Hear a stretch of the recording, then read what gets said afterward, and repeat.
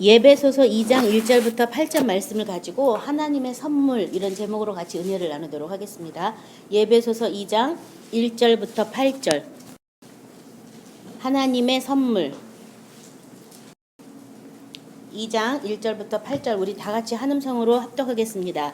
그는 허물과 죄로 죽었던 너희를 살리셨도다. 그때 너희는 그 가운데에 행하여 이 세상 풍조를 따르고 공중의 권세 잡은 자를 따랐으니 곧 지금 불순종의 아들들 가운데서 역사하는 영이라. 전에는 우리도 다 그 가운데서 우리 육체의 욕심을 따라 지내며 육체와 마음에 원하는 것을 하여 다른 이들과 같이 본질상 진노의 자녀이었더니 긍휼이 풍성하신 하나님이 우리를 사랑하신 그 큰 사랑을 인하여 허물로 죽은 우리를 그리스도와 함께 살리셨고 너희는 은혜로 구원을 받은 것이라. 또 함께 일으키사 그리스도 예수 안에서 함께 하늘에 앉히시니 이는 그리스도 예수 안에서 우리에게 자비하심으로써 그 은혜의 지극히 풍성함을 오는 여러 세대에 나타내려 하심이라. 너희는 그 은혜에 의하여 믿음으로 말미암아 구원을 받았으니 이것은 너희에게서 난 것이 아니요 하나님의 선물이라. 아멘. 우리 계속 이제 우리에게 마시는 물을 주려고 예수님이 오셨다. 그런 은혜를 계속 나누셨잖아요. 그래서 그 물을 먹기 위해서는 예수님께로 또 나가야 된다라는 그 은혜를 나누셨는데요. 그 물이 구원을 위한 하나님의 선물이었어요. 그래서 그 선물에 대해서 하나님의 선물에 대해서 같이 은혜를 나누도록 하겠습니다. 여기 1절에 보면 그는 허물과 죄로 죽었던 너희를 살리셨도다. 그래서 허물과 죄. 그러니까 이것이 하나가 아니었기 때문에 이렇게 허물과 죄라고 얘기했겠죠. 허물과 죄로 죽었던 너희를 살렸다. 그러면 허물이 뭐고 죄가 뭔가 우리가 한번 살펴봐야 되겠습니다.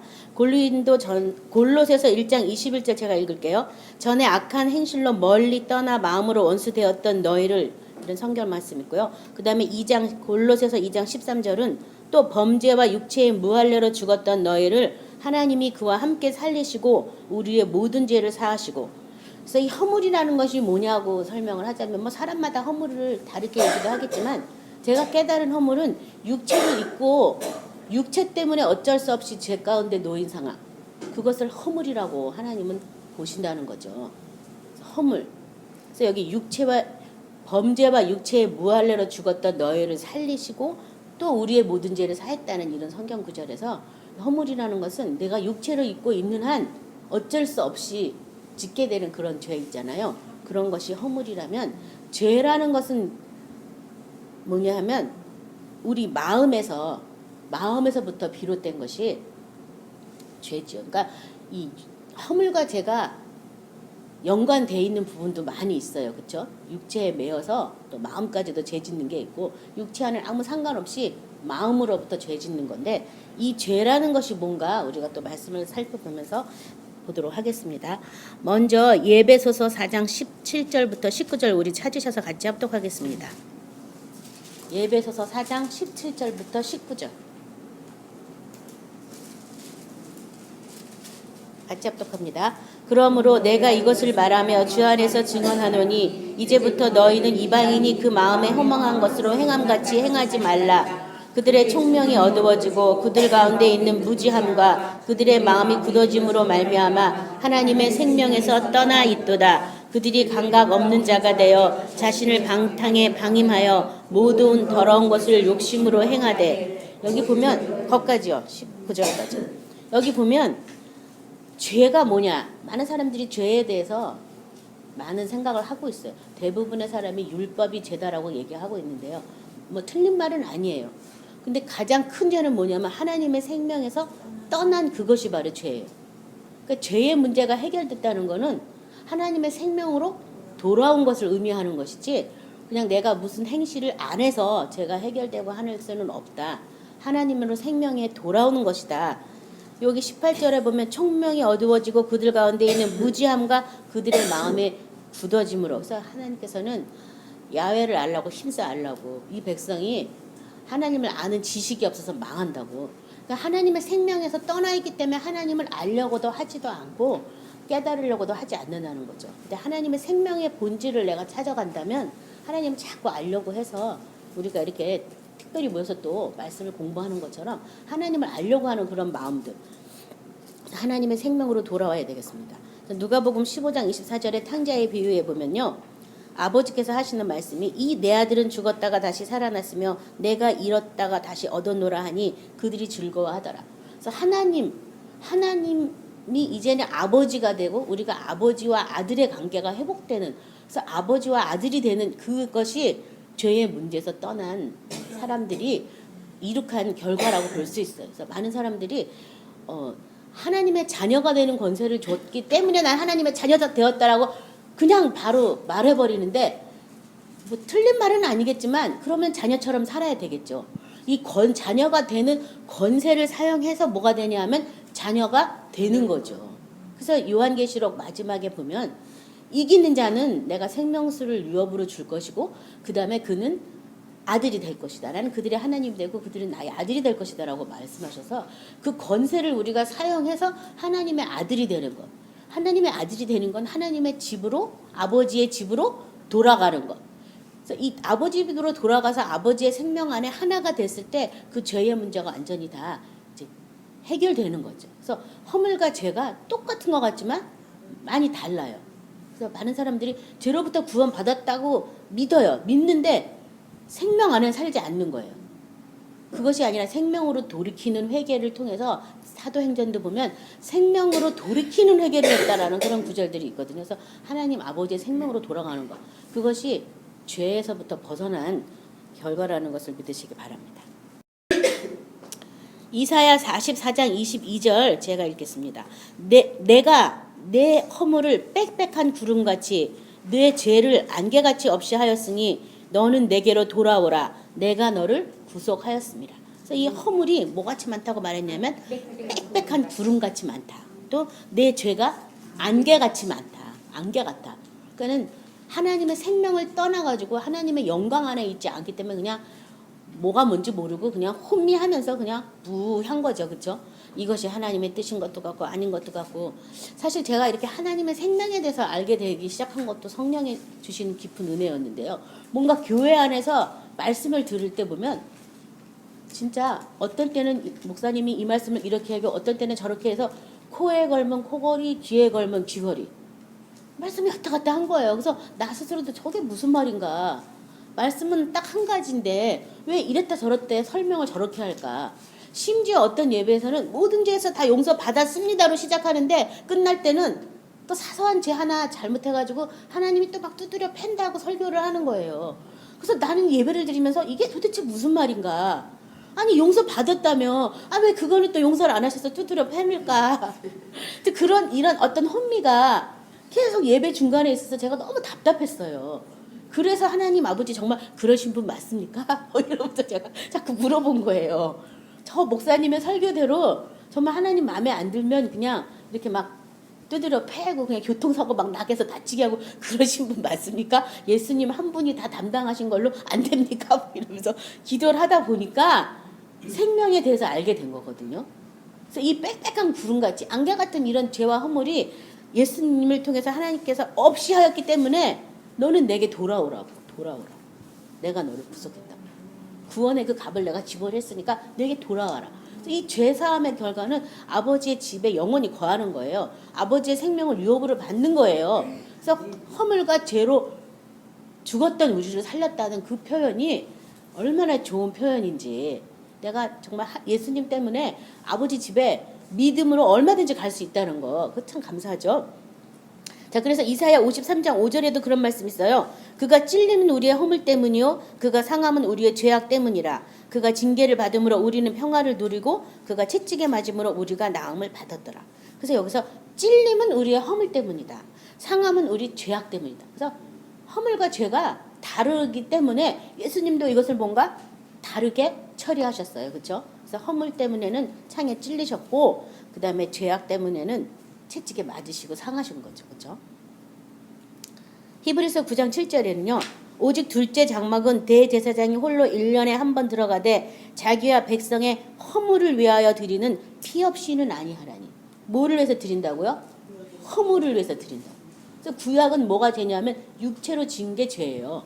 그래서 아무리 마음에 음욕을 품어도 그건 죄가 아니었어요. 구약에서는요.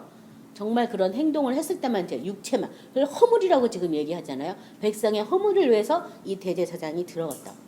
근데 신약에는 예수님이 아예 우리 안에 생명으로 오셨기 때문에 마음의 음욕만 품어도 간음했다.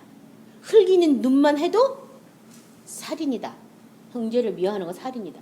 어찌 보면 더 강화된 거죠. 그렇죠? 그래서 이렇게 허물과 죄로 우리를 살리셨는데 이 허물은 육체에 대한 부분이라면 이 죄는 우리 마음에 대한 것이다. 또 이 시편 65편 1절부터 4절을 우리 찾아서 같이 합독하겠습니다. 시편 65편 1절부터 4절입니다.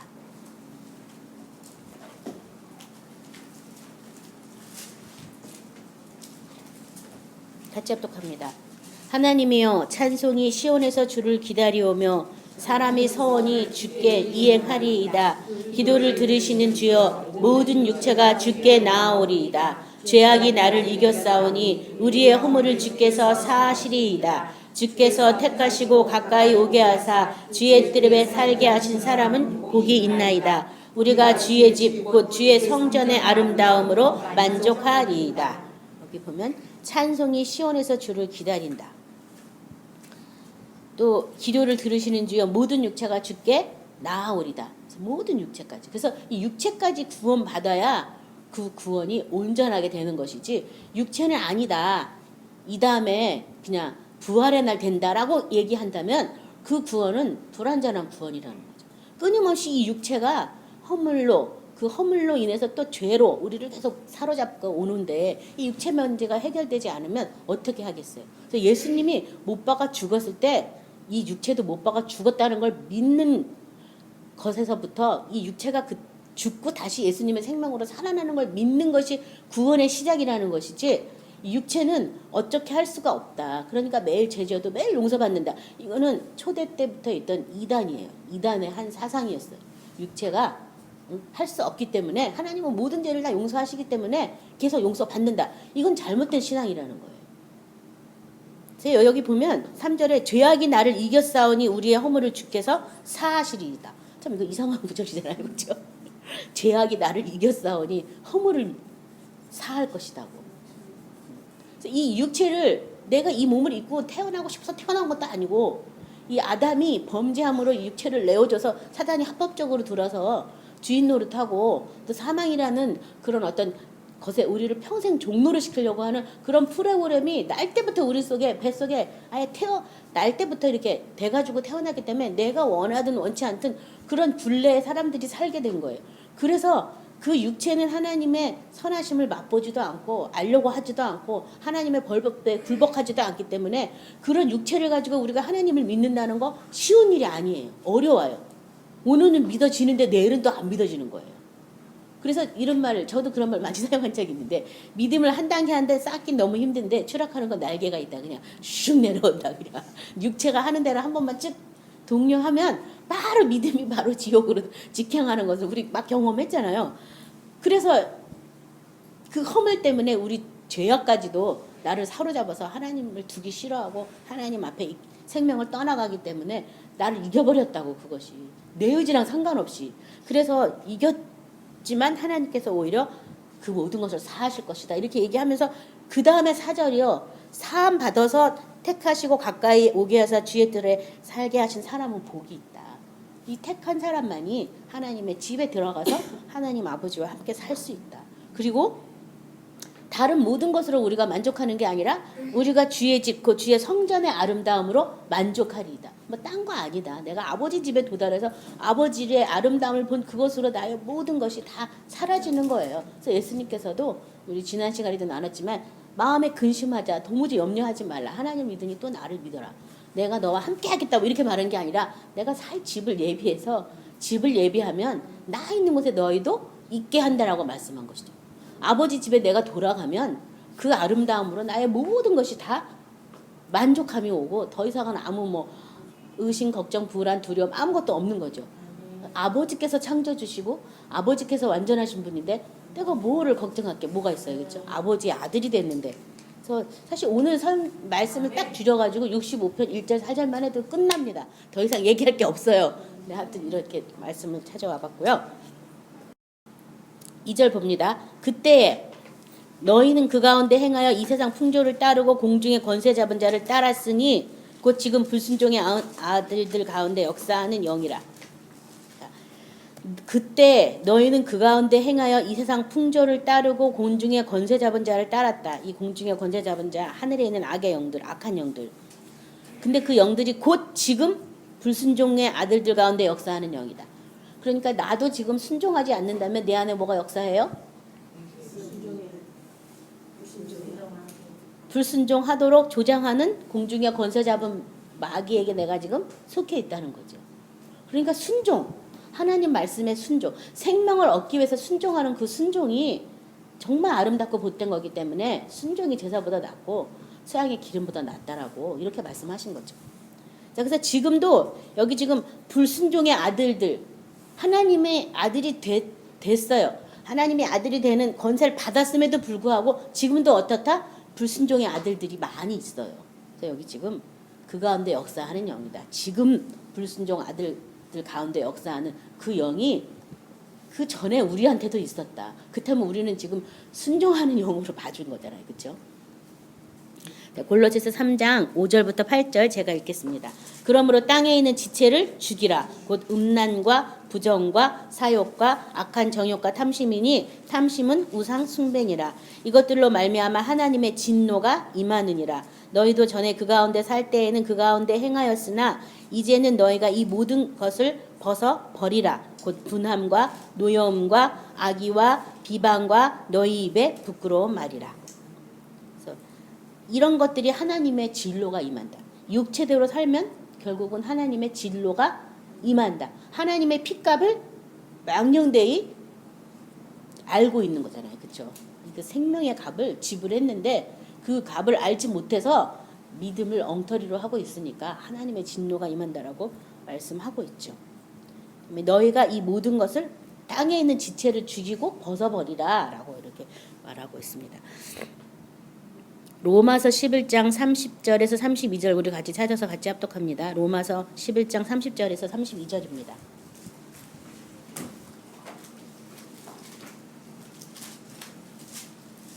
합독하겠습니다. 너희가 전에는 하나님께 순종하지 아니하더니 이스라엘이 순종하지 아니하므로 이제 긍휼을 입었는지라. 이와 같이 이 사람들이 순종하지 아니하니 이는 너희에게 베푸시는 긍휼로 이제 그들도 긍휼을 얻게 하려 하심이라. 하나님이 모든 사람을 순종하지 아니하는 가운데 가두어 두심은 모든 사람에게 긍휼을 베풀려 하심이로다. 그래서 결국은 우리가 신앙생활을 계속하고 성령 안에서 계속 조명받는 것이 뭐냐면 나는 순종할 수 없는 사람이구나. 나의 허물과 죄가 가득한 이 상태로는 순종할 수 없구나. 그래서 깨닫는 거죠. 내가 예수님과 함께 못 박아 죽어야 되고 예수님의 생명을 내가 입어야지만 순종할 수 있다. 그래서 많이 사랑하는 자가 많이 사함을 받고 적게 사랑하는 자는 적게 사함 받는다. 그 성경 구절 있잖아요. 마리아의 그 비유를 통해서 그거예요. 그래서 내가 하나님 앞에 계속 나가서 하나님을 알려고 자꾸 하다 보면 하나님을 알 수 없는 내 속에 그런 어떤 불순종의 악한 영들, 어떤 혼미 이런 것들이 계속 가득 차 있기 때문에 하나님 나를 불쌍히 여겨달라고. 내 이름으로는 아무것도 할 수 없기 때문에 나를 도와달라고. 그래서 나중에 그 영광을 위해서 예비한 그릇을 무슨 그릇이라고 말했냐면 바울은 긍휼의 그릇이라고 얘기한 거예요. 주여 나를 불쌍히 여겨달라고. 그래서 이제 모든 사람을 하나님이 다 이렇게 긍휼을 베풀어 주려고 순종하지 않은 가운데 가두어 두셨다. 그러니까 내가 내 의지로 순종하는가 하면 그렇지 않다는 거예요. 하나님의 말씀이어서 나를 다스리고 하나님의 성령이 와가지고 순종할 수 있는 마음을 줘서 우리가 순종하는 것이지 내가 순종한다면 그건 또 다른 율법이고 자기 의겠죠. 그렇죠? 그래서 나는 할 수 없다라고 고백하면 하나님이 내가 도와주겠다 내가 너와 함께 하겠다 해서 해주시는 거지 우리가 할 수 있는 고백은 하나님 나 이거 못합니다입니다. 그걸 하셔야 돼요.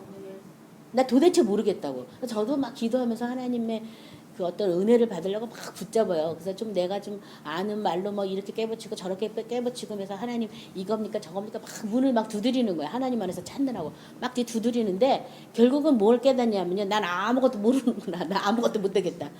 그거 발견하는 거예요. 하나님 나 이 부분에 대해서 아무것도 몰라요. 어떻게 하면 좋아요.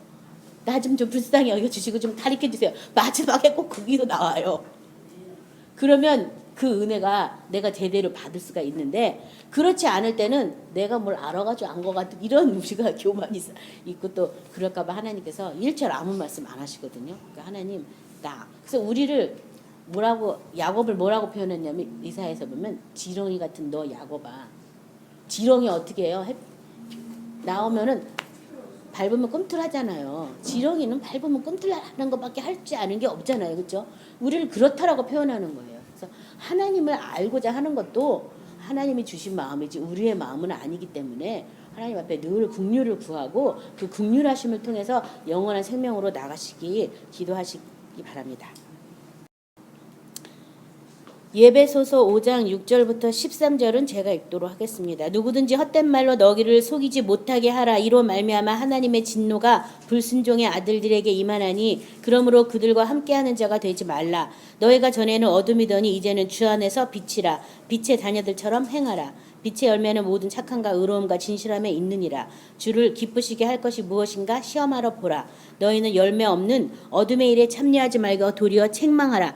그들이 은밀히 행하는 것은 말하기도 부끄러운 것들이라. 그러나 책망을 받는 모든 것이 빛으로 말미암아 드러나나니 드러나는 것마다 빛이니라. 그래서 여기 보면 누구든지 헛된 말로 너희를 속이지 못하게 하라. 누가 우리를 속이냐 하면요, 불순종의 아들들이 우리를 속인다는 거예요. 이로 말미암아 하나님의 진노가 불순종의 아들들에게 임하노니. 그러니까 뭐냐면 하나님의 말씀을 내가 순종하도록 도와주는 게 아니라 불순종하도록 하는 사람들이 다 뭐냐 하면 하나님의 진노의 대상자죠. 그렇죠? 순종하도록, 어떤 믿음의 사람이 있다면 순종하도록 도와줘야 되는데 옆에서 불순종하도록, 이 현대는 그렇지 않아 뭐 이러면서 자꾸, 지금은 안 그래 뭐 이러면서 자꾸 하나님 말씀으로 돌아가서 하나님 말씀에 순종하도록 인도받는 것이 아니라, 지금은 21세기야 뭐 이러면서 이렇게 딴 얘기하고 그런다면 그거는 불순종하도록 하는 거죠. 그렇죠? 그래서 아무튼 그렇게 너희를 속이지 못하게 하라고. 그리고 책망받는 모든 것이 빛으로 말미암아 드러난다. 드러나는 것마다 빛이다. 그래서 이렇게 우리 안에 어둠을 다 드러낸 다음에 이 빛이신 말씀의 능력이 와서 이 말씀이 무엇을 말하는가 우리가 그때 깨닫게 되죠. 내 안에 어둠이 많이 있다면 이게 순종하지 않으려고 하는 그런 것이 기본 이렇게 깔려 있어서요. 하나님 말씀에도 자꾸 어떤 이론을 갖다 대는 거예요. 그래서 하나님보다 더 높아진 이론 있죠. 하나님을 아는 것으로 대적하여 높아진 그런 이론들이 자꾸 거기 쌓이는 거예요. 그래서 하나님 말씀을 순수하게 하나님이 이렇다면 이런 거예요. 근데 그렇게 해야 되는데 하나님 이렇대도 아닙니다. 나의 경우는 특별합니다. 라든가 뭐 이렇게 자른 톤을 막 자꾸 다는 거예요. 왜냐하면 내 속에 뭐가 있어서요? 어둠이 있어서 그런 거예요. 어둠이. 순종하지 않으려고 하니까 자꾸 이유를 대는 거예요.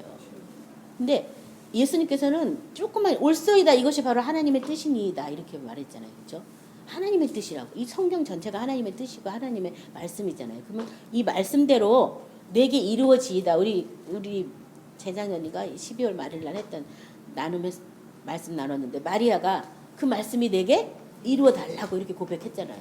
그처럼 저와 여러분도 그 말씀이 내게 이루어지게 하여 달라고 기도하셔야 되죠.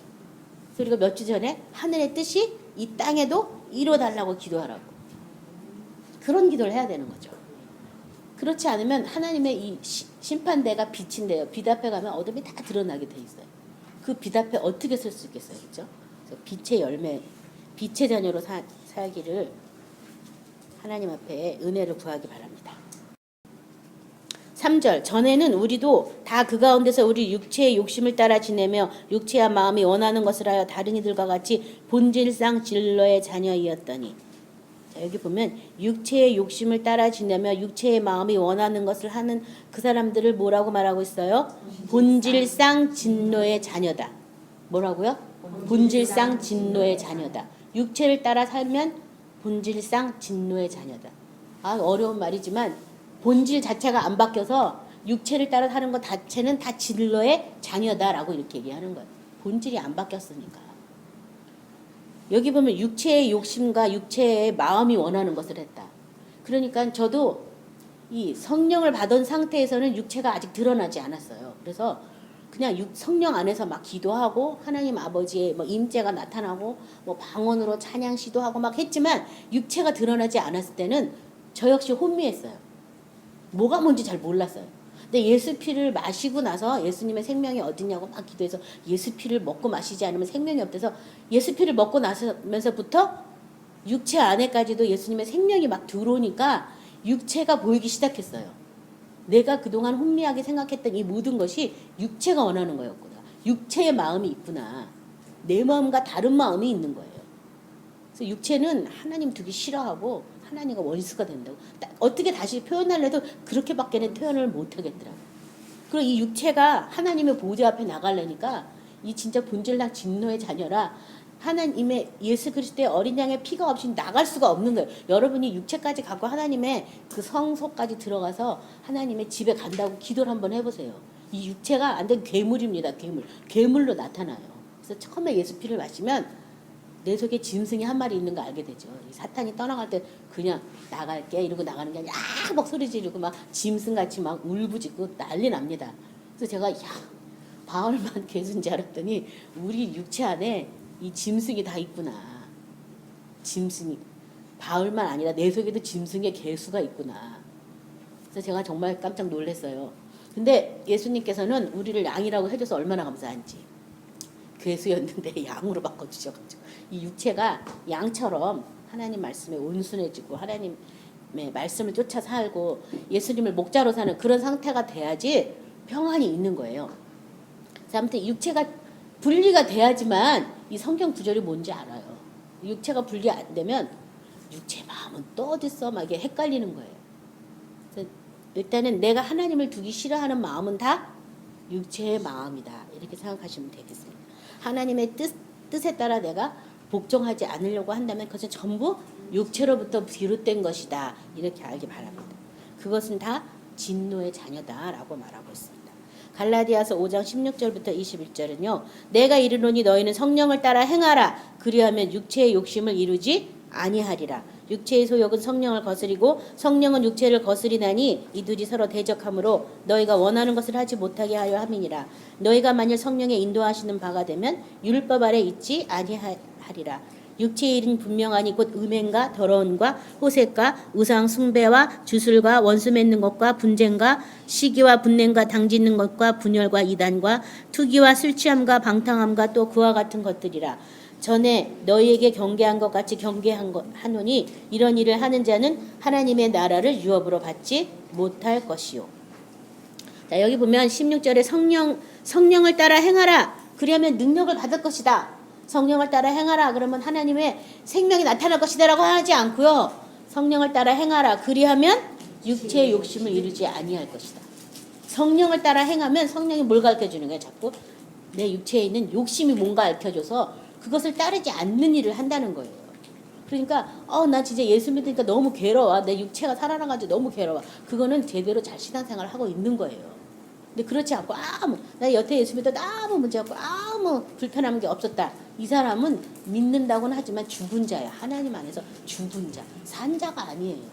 생명이 없는데도 없는지 모르고 있는 거니까 심하게 말하면 죽은 자고 좋게 말하면 잠든 자예요. 깨어나면 되죠. 그렇죠? 아무튼 성령이 자꾸 우리 육체의 소욕이 뭔지 자꾸 알려주시는 일을 해서 내가 육체를 쫓아가는 것이 아니라 성령을 쫓아가게끔 그런 것을 우리 안에서 자꾸 행하게 하죠. 그래서 저 옛날에 여기 있는 말씀을 하나하나 가지고 회개기도 한 적도 있어요. 육체의 일은 분명하니 그래서 음행에 대해서 성령님이 이걸 막 어떤 일로 드러나려면 오래 걸리니까 더러운 것이 호색이 우상숭배 이런 것들에서 막 말씀 가지고 막 이런 것들을 지금 회개하기 원합니다. 내 육체에서 이런 것들을 드러나게 해주시고 깨닫게 막 이렇게 빨리 어떻게 빨리 하나님 생명으로 가고 싶어서 그렇게 제가 기도한 적도 있는데 아무튼 그렇게 기도한다고 해도 내가 정말 깨닫고 지금 돌이킬 수 있을 정도만 성령님이 우리에게 자꾸 알려주시죠. 그래서 이런 것들은 하나님 나라를 유업으로 받지 못한다고 말씀하셨고요. 로마서 5장 12절은 그러므로 한 사람이 말미암아 죄가 세상에 들어오고 죄로 말미암아 사망이 들어왔나니 이와 같이 모든 사람이 죄를 지었으므로 사망이 모든 사람에게 이르렀느니라. 그래서 육체가 가장 두려워하는 것은 뭐예요? 사망이에요. 사망에 일생도록 매어 종노릇한다. 그러니까 죽기 싫어하는 거예요.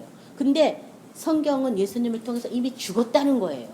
육체가 죽었다는 거예요. 자기 생명을 부인하라는 거예요. 그 본성을 미워하고 부인하지 않으면 내 제자가 되지 못한다고. 근데 그러고 싶지 않은 거예요. 육체는요.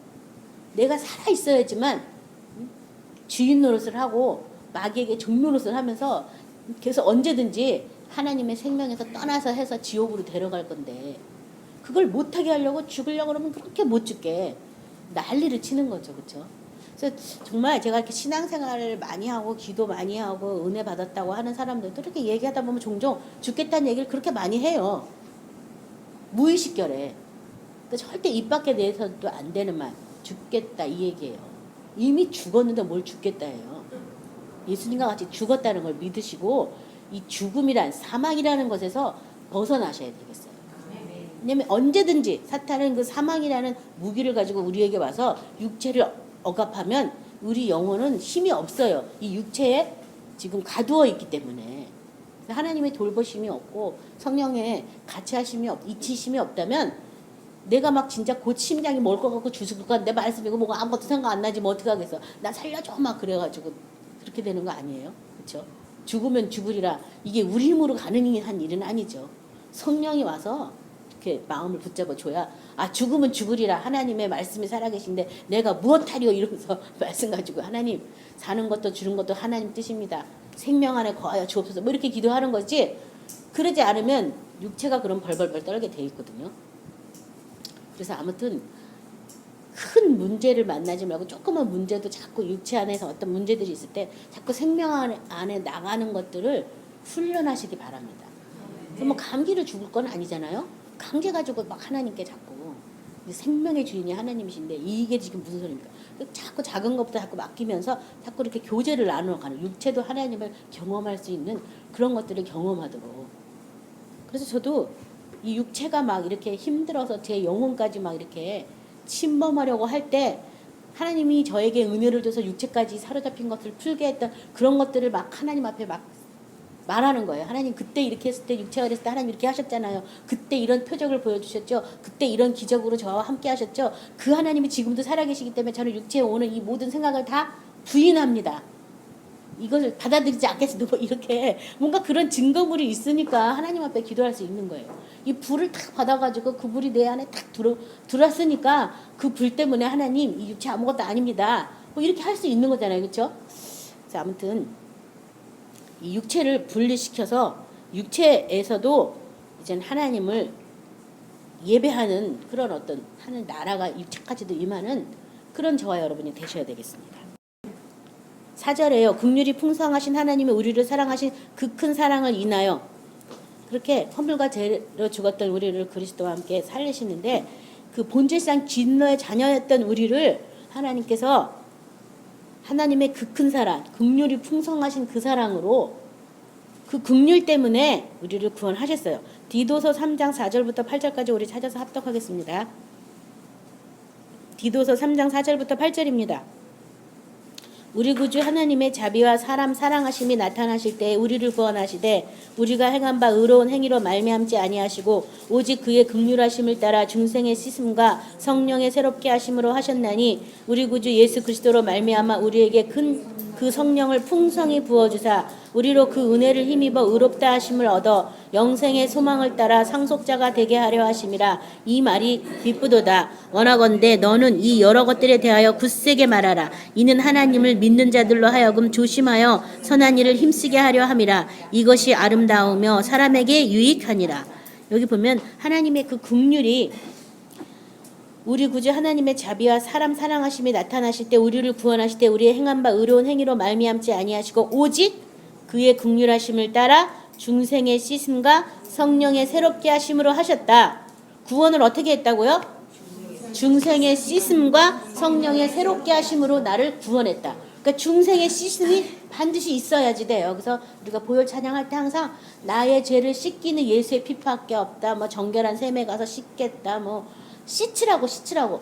이 죄로 오염이 돼서 육체가 기억을 하는 거예요. 그래서 어떤 목사님들은 뭐 누가 상처를 받아서 기도를 하면 그걸 치유받아도 못자국은 남는다 뭐 이런 얘기 하는데 못자국 남기면 안 됩니다. 씻어야 돼요. 씻어야 돼요. 팍팍 씻어야 돼요. 죄가 생각도 안 나고 기억도 안 나요. 이사야를 통해서 하나님께서는 나는 기억도 하지 않고 생각도 하지 않는다는데 우리가 뭐라고 하나님도 생각하고 기억 안 하는 거야. 내가 뭐라고 자꾸 기억하는 거야. 그렇죠? 씻어진 것에 대해서 기억 안 하고 생각 안 하는 거지. 아직 씻임받지 않았는데 나 생각 안 해. 기억 안 해. 이건 또 잘못된 것이고요. 중생의 씻임. 이전 옛사람에 대한 모든 것들에 대해서 씻임 받으셔야 된다는 거. 그 다음에 새롭게 하심이 있다. 이렇게 하기 위해서 성령을 또 우리에게 풍성히 부어주셨다. 풍성히 모자람 없이 넘치도록 부어주셔서 그 은혜를 힘입어 의롭다 하심을 얻어 영생의 소망을 따라 상속자가 되게 하려 하심이라. 그러니까 이 성령을 통해서 뭐를 먼저? 은혜를 먼저. 그렇죠? 은혜를 힘입고 그 다음에 의롭다 하심을 얻고 그 다음에 소망을 따라서 하나님의 상속자가 되는 거죠. 그래서 예수님으로부터 온 것은 은혜와 진리다. 은혜를 힘입어야 된다. 은혜를 모르면 힘입을 수 있어요? 없어요? 없어요. 그 은혜를 힘입어야 되는 거예요. 그 은혜가 뭔지를 물어봐야 돼요. 누구한테요? 성령님한테. 성령님, 그 은혜가 뭡니까? 나를 불쌍히 여겨달라고 기도할 때 그 은혜를 성령이 알려주시는 거예요. 그 은혜가 뭐라고? 예수님이 이미 값을 지불했어라든가 뭐. 그 문제에 대해서는 이미 예수님이 죽었을 때 너도 죽은 걸 믿어. 뭔가 그 은혜를 누가 나한테? 성령이 나한테. 그 사람을 통해서 깨닫는 게 아니라 1대1 자기가 비침을 받고 성령으로부터 여러분이 그 은혜를 공급받는 거예요. 요한복음 3장 16절에 그래서 하나님이 세상을 이처럼 사는 하사 독생자를 주셨으니 이는 그를 믿는 자마다 멸망치 않고 영생을 얻게 하려 하심이라. 독생자를 통해서 독생자를 믿음으로 멸망하지 않고 영생을 얻는다.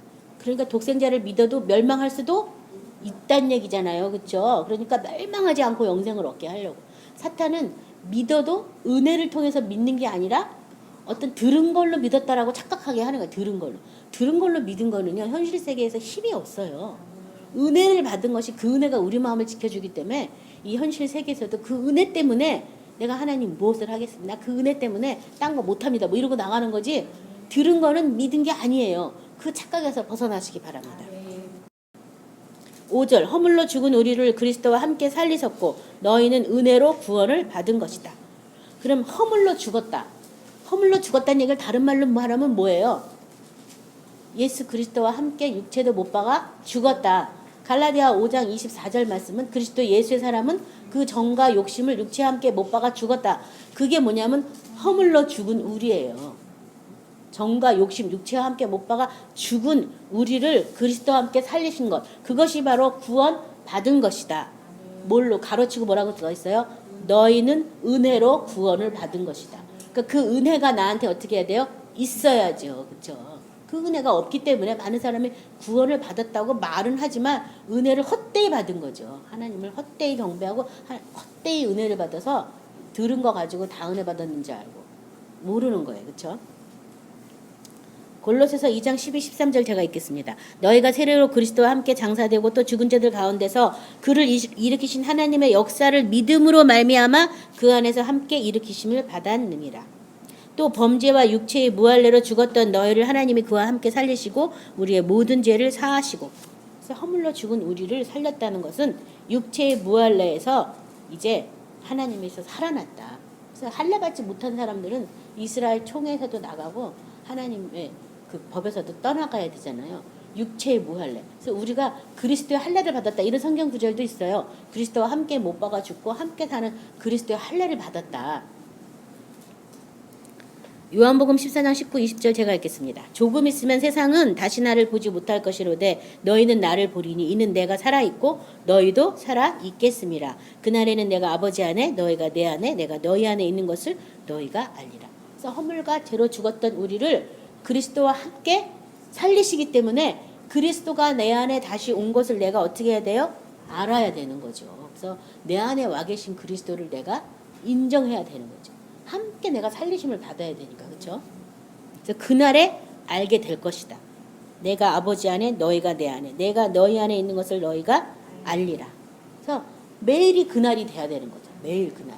예수님이 아버지 안에 있고 우리는 예수님 안에 있고 예수님 안에서 아버지를 볼 수 있는 그날이 오늘이다. 그것을 여러분이 믿으시기 바랍니다. 그래서 이 다음에 내가 깨달으면 되리라가 아니라 오늘이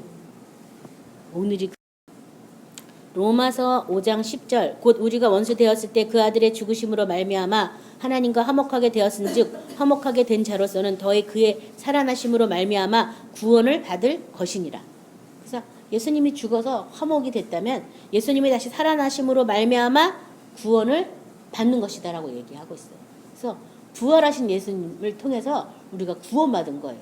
왜냐하면 부활하신 예수님의 생명이 우리한테 와 계신 것이기 때문에 십자가에 못 박아 죽으신 예수님 때문에 구원받은 것이 아니라 부활 때문에 부활의 생명이 우리에게 온 것을 믿어야 됩니다.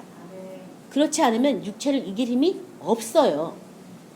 또 19절에서 로마서 5장 19절에서 21절이요. 한 사람이 순종하지 아니함으로 많은 사람이 죄인 된 것 같이 한 사람이 순종하심으로 많은 사람이 의인이 되리라. 예수님의 생명 안에서 이제 말씀을 순종하는 걸로 바뀌기 때문에 의인이 되리라 이렇게 말하고 있고요. 20절에 율법이 들어온 것은 범죄를 더하게 하려 함이라. 그러나 죄가 더한 것에 은혜가 더욱 넘쳤나니 이는 죄가 사망 안에서 왕노릇한 것 같이 은혜 또한 의로 말미암아 왕노릇하여 우리 주 예수 그리스도로 말미암아 영생에 이르게 하려 함이라. 자, 여기 보면 은혜 또한 의로 말미암아 왕노릇하여 은혜가 와야 은혜로 아까 의롭다 하심을 입는다고 말하고 있죠. 그래서 그 의롭다 하심으로 우리가 예수님의 의로 우리가 왕노릇하는 것이다. 그 왕노릇이 결국은 뭐냐 하면 영생이다. 영원한 생명이다라고 이렇게 좀 풀어가지고 쭉쭉쭉 얘기한 거예요. 그래서 이제 종노릇이 아니라 왕노릇.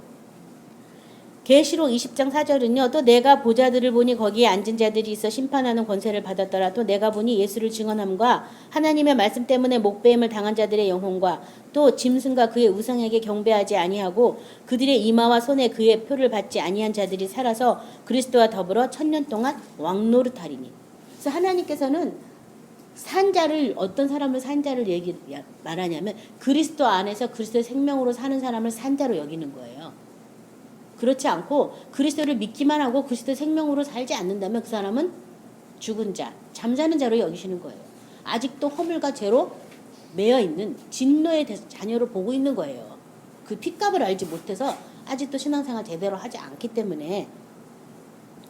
이 1000년 동안 왕노릇하는 사람들이 목배인 사람, 또 짐승, 우상에게 경배하지 않고 이마나 손에 표도 받지 않은 그런 사람들이 1000년 동안 왕노릇한다라고 되어 있고 그 사람들이 또 보좌에서 심판하는 권세까지 받았다라고 이렇게 얘기하고 있거든요. 다른 말로 말하면 예수님 안에 붙어있는 자, 첫 번째로 붙어있는 자들이 이 심판하는 권세를 받고 1000년 동안 왕노릇해요. 붙으려면 어떻게 해야 돼요? 원래 가지에서 꺾여야 참 포도나무에 접붙임 받는 거예요. 예수님과 함께 죽었다고 믿고 새로운 포도나무에 내가 진액을 공급받고 영양분을 공급받는 그 사람이 붙어있는 사람이 되는 거예요. 그러니까 내가 꺾여져 나온 그 나무가 어떤 나무인지를 알아야지 내가 이 새로 붙은 나무에서도 내가 공급받을 수 있잖아요. 꺾어져 나온 걸 내가 모르면 여전히 예습관대로 자꾸 내가 지금 5월에 꽃피는 건가 꽃필까 막 이런 식으로 예수님이 꽃피라고 할 때 꽃피고 예수님이 열매 맺으라고 할 때 저절로 열매가 맺어져야 되는데 내가 뭐 지금 원래 나는 원래 내 나무는 원래 이렇게 살았어. 그러니까 뭐 경험으로 뭐 어떻게 여름에 물이 안 나오니까 좀 이렇게 물 비축해야 될까 뭐 이렇게 자기가 경영을 한다든가 한다면 이 사람은 아직 안 죽은 거잖아요. 그렇죠? 그래서 이렇게 예수님의 은혜를 먼저 우리가 성령으로부터 공급받으셔야지 돼요. 예수님과 함께 죽은 은혜, 예수님과 함께 일으키신 받은 은혜, 그 은혜를 성령님 깨닫게 해달라고 기도하시기 바랍니다. 6절에 또 함께 일으키시다 그리스도 예수 안에서 함께 하늘에 앉히시니. 그래서 죽었던 우리를 살리시고 그 다음에 함께 일으키셨다. 그리고 또 그리스도 예수 안에서 함께 하늘에 앉히셨다. 그래서 함께라는 단어가 계속 나와요. 그래서 함께 하셔야 되겠어요. 예수님과 함께. 예배소서 1장 19, 20절에 보면요. 그의 힘의 위력으로 역사하심을 따라 믿는 우리에게 베푸신 능력이 즉이 크심을 어떠한 것을 너희로 알게 하시기를 구하노라. 그의 능력이 그리스도 안에서 역사하사 죽은 자들 가운데서 다시 살리시고 하늘에서 자기 오른편에 앉히사. 그러니까 내가 예수님과 함께 하늘에 앉혔다는 얘기는 예수님의 능력이 뭔지 이제 아는 거예요. 능력. 그래서 이 누가복음에 보면 그 능력이 임할 때까지 이 성에 유하라. 하나님의 능력이 임할 때까지.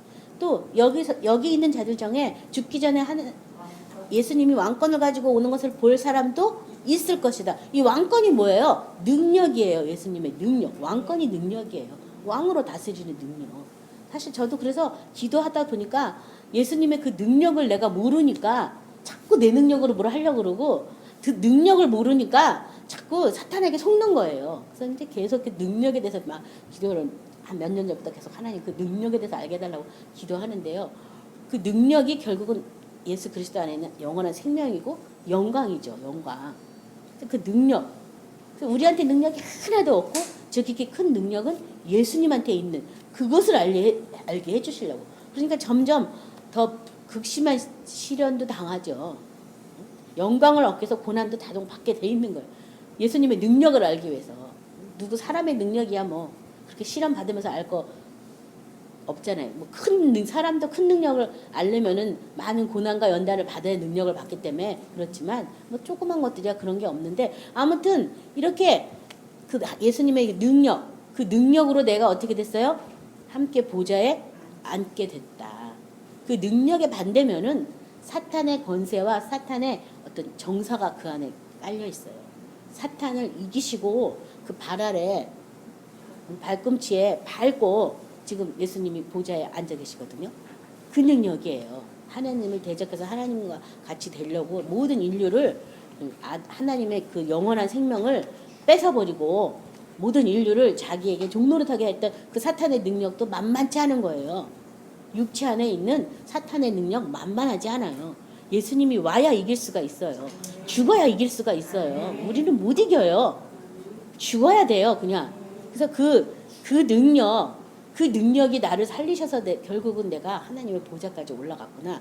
그것을 알게 된다고 이 예배서들은 얘기하고 있고요. 7절에 이는 그리스도 예수 안에서 우리에게 자비하심으로써 그 은혜의 지극히 풍성함을 오늘 여러 세대에 나타내게 하려 하심이라.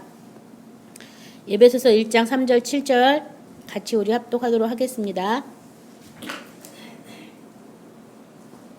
찬송하리로다. 하나님 곧 우리 주 예수 그리스도의 아버지께서 그리스도 안에서 하늘에 속한 모든 신령한 복을 우리에게 주시되 곧 창세전에 그리스도 안에서 우리를 택하사 우리로 사랑 안에서 그 앞에 거룩하고 흠이 없게 하시려고 그 기쁘신 뜻대로 우리를 예정하사 예수 그리스도로 말미암아 자기의 아들들이 되게 하셨으니 이는 그가 사랑하시는 자 안에서 우리에게 거저 주시는 바 그의 은혜의 영광을 찬송하게 하려는 것이라. 우리는 그리스도 안에서 그의 은혜의 풍성함을 따라 그의 피로 말미암아 속량 곧 죄사함을 받았느니라. 여기 보면 하늘의 모든 신령한 복으로 우리에게 복 주셨다.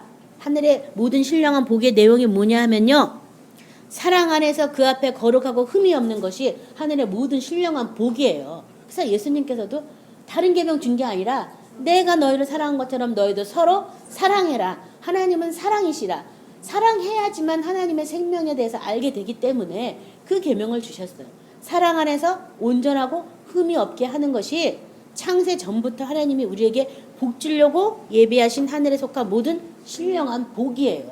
하나님은 그 복 주려고 그러는 거예요. 사람들은 딴 복 달라 그래가지고 신앙생활 이상하게 하는 것이지 사랑에 대해서 내가 흠이 없게 하려고. 하나님의 그 사랑 안에서 그 사랑을 배워서 온전하게 하려고. 자, 그래서 아들들이 되게 하셨고요. 또 이 그가 사랑하시는 자 안에서 우리에게 거저주시는 바 그의 은혜의 영광을 찬송하게 하는 것이다. 그래서 온전히 흠이 없게 사랑하는 사랑을 노래하는 거예요. 그 다음에 하나님 앞에 노래하는 거예요. 그래서 우리를 부른 거예요. 그 영광을 찬송하라고, 그 사랑을 찬송하라고. 그리고 그 사랑은 어떻게 할 수 있느냐? 그의 은혜의 풍성함을 따라 그의 피로 말미암아 속량 곧 죄사함을 받았다. 은혜의 풍성함을 따라 하면서 그 은혜의 풍성함은 뭘 알게 된다고 되어 있냐면 그의 피로 말미암아. 그러니까 결국 그 은혜는 뭐를 아는 거예요? 예수님의 피에 대해서 아는 게 바로 은혜라는 거예요. 그 피가 우리 죄를 속하고 그 피가 우리에게 영원한 생명을 줬기 때문에 결국 그 은혜는 피라는 거예요. 피. 예수님의 피. 십자가에 달려서 흘리신 그 피. 부활하셔서 어린 양으로 주시는 그 생명의 피. 그것에 대해서 우리가 아는 거. 그것이 바로 하나님이 우리에게 주신 은혜다. 풍성한 은혜다. 사람이 아닌 하나님의 생명을 주는 은혜니까 이게 보통 은혜가 아니잖아요. 그렇죠? 그래서 이것이 바로 죄사함, 속량고 죄사함 받았다. 죄사함 받았다는 것은 하나님의 사랑 안에서 사는 것이다. 그 사랑 안에 흠없고 온전한 것이다. 하나님의 생명이 있는 것이다. 그것이 죄사함이에요. 많은 사람이 죄사함 받았다 하면서 나 이미 사함 받았으니까 내일 제주도 또 용서받아. 이거 아니에요. 이거는 정말 니골라 당의 행위예요. 초대교회부터 있었던 니골라 당의 행위. 육체가 선한 것이 없기 때문에 어쩔 수 없이 죄 짓는 거 당연한 거다. 이미 용서받았기 때문에 또 져도 된다. 모든 이단들이 그걸 가르쳐요. 거기에 속아서는 안 되겠습니다. 8절 너희는 그 은혜에 의하여 믿음으로 말미암아 구원을 받았으니 이것은 너희에게서 난 것이 아니요 하나님의 선물이다. 그래서 구원이 바로 하나님의 선물인데 구원을 지금 어떻게 설명했어요? 은혜에 의하여 믿음으로 말미암아 구원을 받았으니 그냥 믿기만 하면 구원입니다 라고 안 하였고 뭐라고 써 있어요? 은혜에 의하여 믿음으로 말미암아 구원 받았다. 그러니까 그 은혜가 나한테 있어야 되는 거예요. 함께 죽으는 애, 함께 살리시는 애, 함께 일으키시는 애, 함께 보좌에 앉히시는 애 내 안에 있어야죠. 그 은혜를 내가 믿는 거죠. 그렇죠? 그것이 바로 구원이고 그것이 바로 하나님의 선물이다라고 이렇게 성경이 말하고 있습니다. 예배소서 2장 5절에 허물러 죽은 우리를 그리스도와 함께 살리셨다고 아까 말했잖아요. 은혜로 구원받은 것이다. 그 은혜의 보좌 앞에 담대히 나가시기 바랍니다. 베드로전서 1장 5절부터 9절 우리 찾아서 같이 합독하겠습니다. 베드로전서 1장 5절부터 9절입니다. 너희는 말세에 나타나기로 예비하신 구원을 얻기 위하여 믿음으로 말미암아 하나님의 능력으로 보호하심을 받았느니라. 그러므로 너희가 이제 여러 가지 시험으로 말미암아 잠깐 근심하게 되지 않을 수 없으나 오히려 크게 기뻐하는도다. 너희의 믿음의 확실함은 불로 연단하여도 없어질 금보다 더 귀하여 예수 그리스도께서 나타나실 때에 칭찬과 영기와 존귀를 얻게 하실 것이니라. 예수를 너희가 보지 못하였으나 사랑하는도다. 이제도 보지 못하나 믿고 말할 수 없는 영광스러운 즐거움으로 기뻐하니 믿음의 결국은 곧 영원의 구원을 받음이라. 그래서 여기 보면 말세에 나타나기로 예비하신 구원을 얻기 위하여 믿음으로 말미암아 하나님의 능력으로 보호하심을 받았다. 그러니까 진짜 그 영원한 생명에 가기 위해서 우리 육체를 못 박아 죽고 예수님의 생명을 발견하기까지 사탄의 그 어떤 권세와 그 능력이 뭔지 알아가지고 예수님이 그것을 어떻게 이겼는지 알기까지 우리는 갖가지 시험과 연단을 받는 거예요. 그 연단을 받지만 은혜가 있기 때문에 그 연단을 통과할 수 있는 거예요. 은혜가 있고 그 은혜를 믿는 과정일 뿐인 거예요. 그래서 그 은혜를 믿게 하기 위해서 하나님의 능력이 이미 우리 안에 와 있다라고 지금 설명하고 있어요. 그 능력이 우리를 지금 보호하고 있다. 하나님의 그 온전한 그 신령한 복을 주려고 예비했기 때문에 그 복을 받기 위해서 내가 어떤 생명의 좁은 길, 허착한 길, 사람이 찾지 않는 길, 하나님의 아버지의 나라를 들어가기 위해서 내가 이 지나가는 것 뿐이지만 하나님의 뭐가 있다? 능력의 보호하심이 있다는 거예요. 그러니까 오히려 낙심치 말고 오히려 기뻐해라. 그래서 이 사람들이 뭘 보냐면 영광스러운 즐거움으로 기뻐한다. 그 영광을 보는 거예요. 영광을. 그래서 그 즐거움이 결국은 이 믿음의 결국은 곧 영혼의 구원을 받음이라. 그래서 우리가 믿기만 하면 예수를 믿으십시오. 믿습니까? 아멘. 그럼 구원받습니다. 이렇게만 되면 얼마나 좋겠습니까? 그 과정이 지금 생략된 말들을 우리가 시인하는 것뿐이지 그 과정을 우리가 알아야 되겠습니다. 히브리서 6장 4절에 한번 빛을 받고 하늘의 은사를 맛보고 성령에 참여한 자가 되고, 그래서 이렇게 하나님의 그 은혜 안에 있는 것, 하나님의 빛을 받는 것이다. 은혜란 바로 하나님의 빛, 창조할 때 붙었던 그 빛을 아는 것, 하나님의 은사, 하나님이 우리에게 주시는 그 은혜의 선물이 뭔가를 내가 맛보고 거기에 참여하는 것, 그것이 구원이고 그것이 바로 하나님의 선물이라는 거예요. 그래서 오늘 내가 어떤 선물 받았는지 확실히 알았다면, 내가 지금 어느 정도 포장을 끌어봤는지 여러분 아실 거예요. 선물을 받긴 다 받았는데 지금 이제 함께 죽는 포장 끌었다면 그 다음에 함께 살리신 포장도 끌어야 되겠죠. 그 다음에 일으키신 거, 그 다음에 보좌까지 올라가. 이 포장 다 끌어봐야 그 참 선물이 뭔지 아는 거예요. 그냥 포장 다 한 번도 안 끌어보고 그냥 끌어안고만 있으면 모르는 거예요. 그래서 오늘 이 선물에 대해서 내가 하나님의 긍휼을 더 많이 구해야 되겠다. 기도하시기 바랍니다. 오늘 말씀을 생각하시면서 다 같이 기도하겠습니다.